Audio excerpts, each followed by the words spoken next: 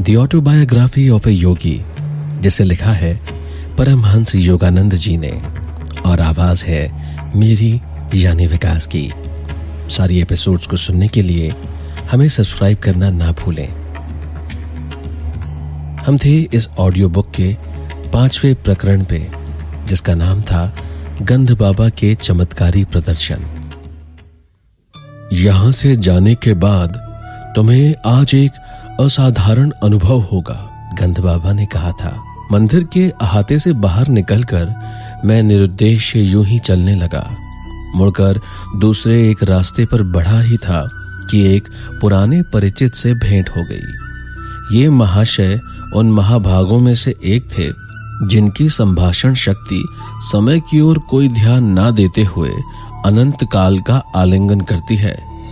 मैं तुम्हें जल्दी छोड़ दूंगा, उसने वचन दिया, यदि तुम जल्दी जल्दी मुझे हमारे बिछुड़ने के बाद के वर्षों में क्या क्या हुआ वह सब बता दो। परस्पर विरोधी बातें, अब तो मुझे जाना ही पड़ेगा। परंतु उसने मेरा हाथ पकड़ लिया और थोड़ा थोड़ा करके मुझसे जानकारी लेने लगा। ये भूखे भेड़िए से कम नहीं है, मैंने कौतुक से मन ही मन सोचा। जितना अधिक मैं बताता जाता था उतना ही अधिक समाचार जानने की उसकी भूख बढ़ती जाती थी। मन ही मन मैं जल्दी छुटकारा पाने का कोई उपाय करने की प्रार्थना माँ काली से करने लगा। अचानक वह मुझे छोड़कर जाने लगा। मैंने ठंडी सांस ली और उसे वाचलता का ज्वर फिर कहीं चढ़ न आए इस भय से दुगनी गति से चलने लगा।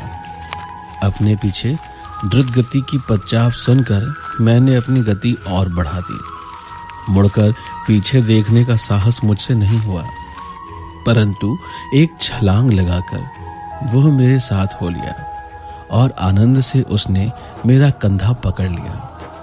मैं तुम्हें गंध बाबा के बारे में बताना तो भूल ही गया। वे उस सामने वाले मकान में रहते हैं। कुछ ही गज की दूरी पर स्थित एक मकान की ओर उसने इशारा किया।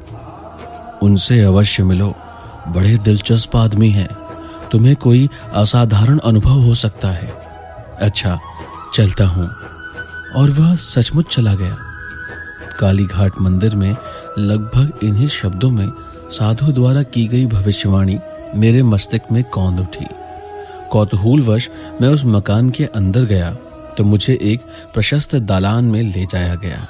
वहां एक मोटे नारंगी रंग के गलीचे पर काफी लोग इधर उधर बैठे हुए थे, जैसे साधारणतः भारत में बैठते हैं।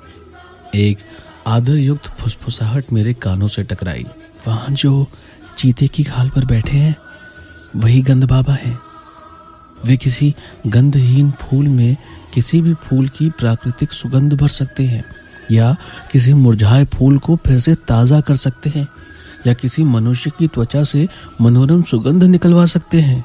मैंने सीधे उस संत की ओर देखा।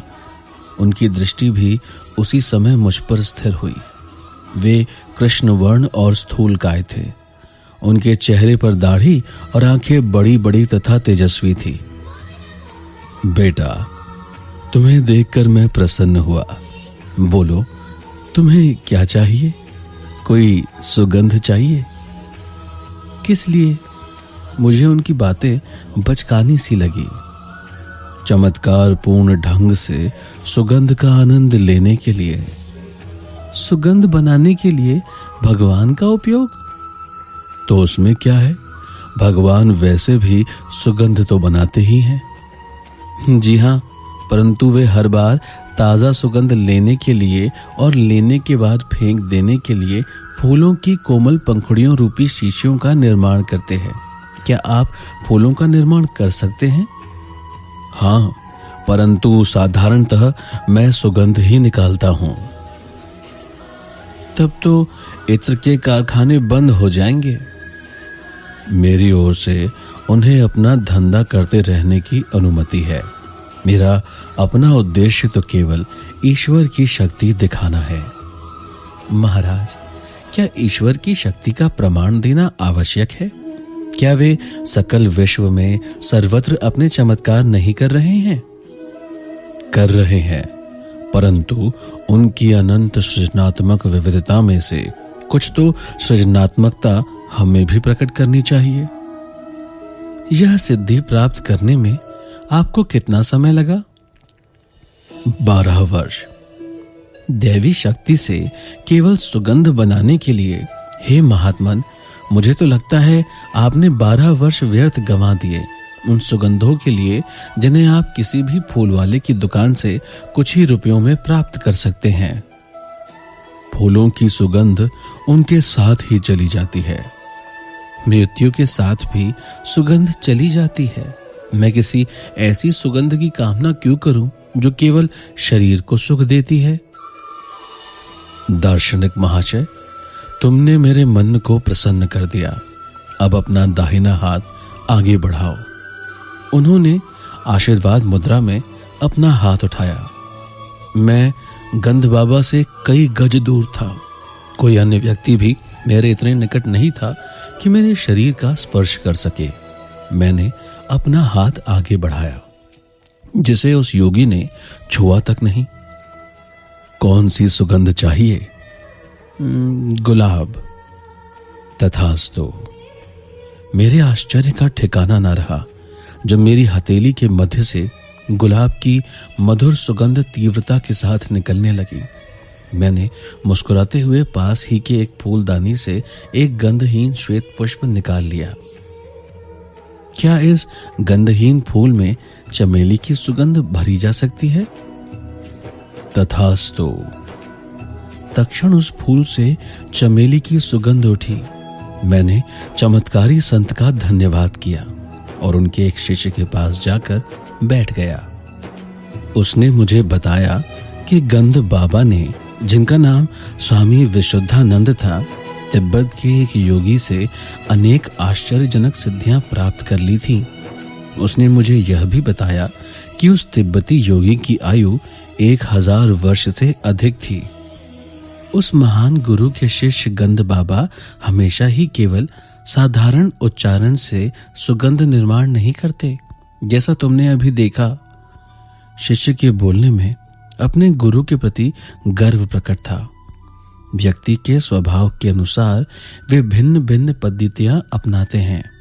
बाबा असामान्य हैं। कोलकाता के अनेक पढ़े लिखे लोग उनके शिष्य हैं। मैंने मन ही मन निश्चय किया कि मैं उन शिष्यों की संख्या में अपने को जोड़कर उस संख्या की और वृद्धि नहीं करूंगा। गुरु का अक्षरशः असामान्य होना मेरे मन में अनुकूल नहीं था। विनम्रता से गंध बाबा का अभिवादन कर मैं वहां से निकल पड़ा। घूमते घूमते घर जाते हुए मैं उस दिन की 3 विविधतापूर्ण घटनाओं के विषय में सोच रहा था। मैंने जैसे ही घर के द्वार से अंदर प्रवेश किया, मेरी बहन उमा सामने ही खड़ी थी। क्या बात है, आजकल तुम इत्र के बड़े शौकीन बनते जा रहे हो? बिना कुछ बोले मैंने अपना हाथ बढ़ाकर उसे सूंघने का इशारा किया। कितनी मोहक गुलाब की सुगंध, और यह असाधारण रूप से तीव्र भी है। यह सोचते हुए कि यह तीव्र रूप से असाधारण है, मैंने चुपचाप दैवीय रूप से सुगंधित किया गया पुष्प उसकी नाक के नीचे रखा।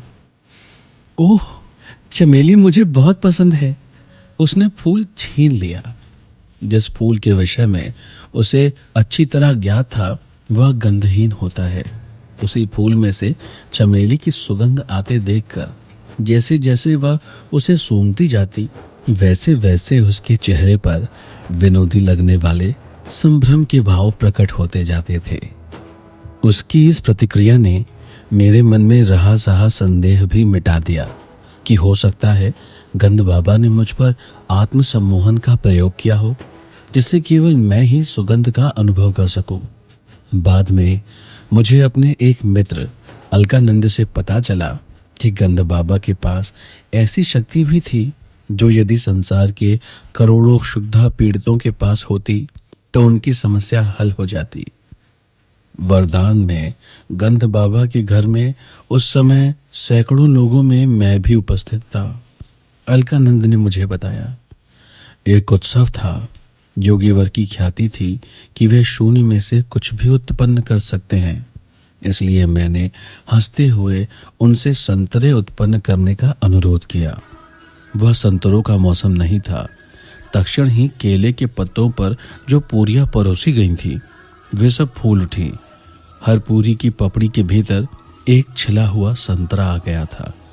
मैंने कुछ सहमे सहमे मन से अपना संतरा खाना शुरू किया, परंतु वह बड़ा ही स्वादिष्ट था। मानव को स्पर्श, शब्द, रस, रूप, गंध की जो विभिन्न इंद्रियानुभूतियां होती हैं वे इलेक्ट्रॉन्स और प्रोटॉन्स की स्पंदनात्मक विविधता के कारण होती है। उनके स्पंदनों को पंच प्राण नियंत्रित करते हैं। ये पंच प्राण आणविक ऊर्जाओं से भी सूक्ष्मतर होते हैं और प्रज्ञा युक्त 5 विशिष्ट संवेदी तंत्रा माताओं से युक्त होते हैं। गंध बाबा कुछ यौगिक प्रक्रियाओं के बल से इस प्राण शक्ति के साथ समरस होकर प्राण कणिकाओं की स्पंदन रचना में परिवर्तन लाने में और इस प्रकार इच्छित परिणाम प्राप्त करने में समर्थ थे। उनके गंध, फल और अन्य चमत्कार केवल सम्मोहन द्वारा उत्पन्न आंतरिक संवेदन नहीं थे, बल्कि लौकिक स्पंदनों के वास्तव में मूर्त रूप होते थे। सम्मोहन विद्या को डॉक्टरों द्वारा छोटी छोटी शल्य क्रियाओं में उन लोगों पर प्रयुक्त किया गया है जिनके लिए बेहोशी की दवाएं खतरनाक हो सकती हैं, परंतु जिन पर बार बार सम्मोहन का प्रयोग किया जाता है उनके लिए यह हानिकारक होता है। इसका हानिकारक मनोवैज्ञानिक परिणाम कालांतर में मस्तिष्क की कोशिकाओं की रचना में गड़बड़ उत्पन्न कर देता है। सम्मोहन दूसरे की चेतना के क्षेत्र में अनाधिकारिक प्रवेश है। इसके अस्थायी आभासों में और ईश्वरानुभूति संपन्न पुरुषों द्वारा किए गए चमत्कारों में कोई समानता नहीं है। ईश्वर में जागृत हुए सच्चे संत नृत्य सृजन करने वाले उस विराट स्वप्न दृष्टा के साथ अपनी इच्छा को मिलाकर इस स्वप्न सृष्टि में परिवर्तन करते हैं। गंध बाबा जैसे चमत्कारों का प्रदर्शन करते थे वैसे चमत्कार दिखाने से लोग आकर्षित तो होते हैं, परंतु आध्यात्मिक दृष्टि से उनका कोई लाभ नहीं होता। मनोरंजन के अतिरिक्त उनका कोई प्रयोजन नहीं होता। अतः ईश्वर की यथार्थ खोज से ये साधक को पथिच्युत करते हैं। असाधारण शक्तियों के आडंबरपूर्ण प्रदर्शन की सिद्ध जनों ने निंदा की है। फारस के संत अबू सईद ने जल, हवा और अंतरिक्ष पर अपनी चमत्कारी शक्तियों की सत्ता का अभिमान करने वाले कुछ फकीरों का उपहास किया था। मेंढक भी पानी में आराम से रह सकता है, अबू सईद ने सौम्यता से उपहास करते हुए कहा था। चील, कौवे आसानी से हवा में उड़ सकते हैं। शैतान पूर्व में भी है और पश्चिम में भी। सच्चा मनुष्य वह है जो समाज में सदाचार का पालन करता हुआ रहता है और क्रय विक्रय करते हुए भी कभी एक क्षण के लिए भी ईश्वर को नहीं बुलाता। एक अन्य अवसर पर इस महान फारसी संत ने धार्मिक जीवन के विषय में अपना मत इस प्रकार व्यक्त किया था। अपने दिमाग में जो कुछ है उसे निकाल देना, स्वार्थनिष्ठ इच्छा आकांक्षाएं, हाथ में जो कुछ है उसका मुक्त रूप से दान करना, आपत्तियों के आघात से कभी भी विचलित नहीं होना, न तो काली घाट के निष्पंस महात्मा और न तिब्बत से प्रशिक्षित योगी ही मेरी गुरु प्राप्ति की तीव्र इच्छा को संतुष्ट कर सके। किसी का आध्यात्मिक स्तर पहचानने में मेरे हृदय को शिक्षित करने की आवश्यकता नहीं थी। जब भी किसी सचमुच उदात्त व्यक्तित्व का सामना होता तब वह धन्य धन्य कर उठता। यह धन्य धन्य और भी गूंजने वाली होती क्योंकि यह कभी कभार ही और वह भी अंतरतम गहराइयों से उठती।